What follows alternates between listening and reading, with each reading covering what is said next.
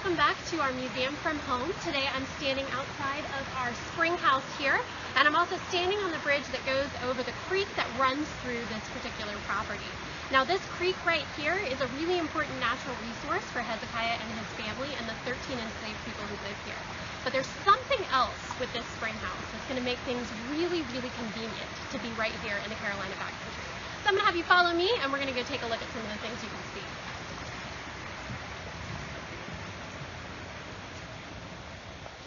This right here is the first story of the Springhouse, and if you've been paying attention to some of our videos that we've been posting on Facebook, you've already seen inside of there for Earth Day. And that right there is basically the refrigerator of this particular area here in the 18th century. But there's a couple of other things that we're going to find here. If you look right here, you can see the spring actually coming out of the Springhouse today. The light is catching it perfectly, so you can see just how fast the spring actually runs. But if you come over here, and come along this path.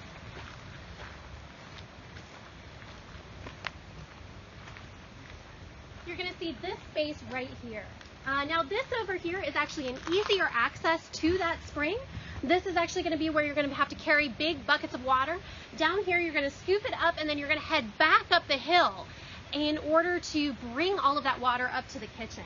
On this property, that means you're making probably about 40 trips a day, depending on exactly what you're doing. Laundry day, you better believe you're making at least 80 trips just to bring enough water to be able to work here in the Carolina backcountry.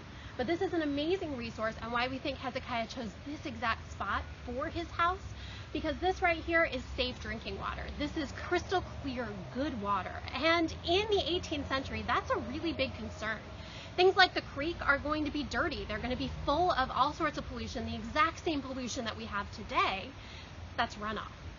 And if you've ever looked at a creek and you've seen it look a little bit dirty, especially after a lot of storms, you're going to see the exact same pollution that Hezekiah and his family would have seen, and they would have realized that that was definitely not the water they want to drink.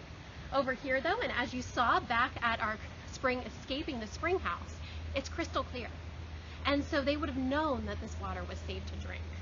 Now there's one other space here, and especially if you've ever come on a field trip here at the museum, you've seen that this particular Springhouse here has 2 stories, and every school child notices that there is a window right on the side there.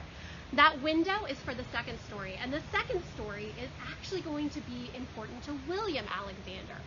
William is Hezekiah's oldest son, and he has a very important job here in the Carolina backcountry. So we're actually going to head up to the 2nd story here.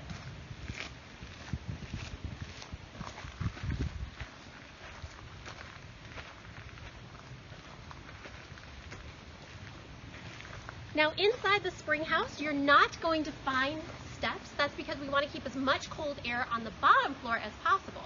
Instead, what we're going to have is we're going to have this story here built into the hillside. So we actually have to walk around it, and then we're going to walk up to the Springhouse.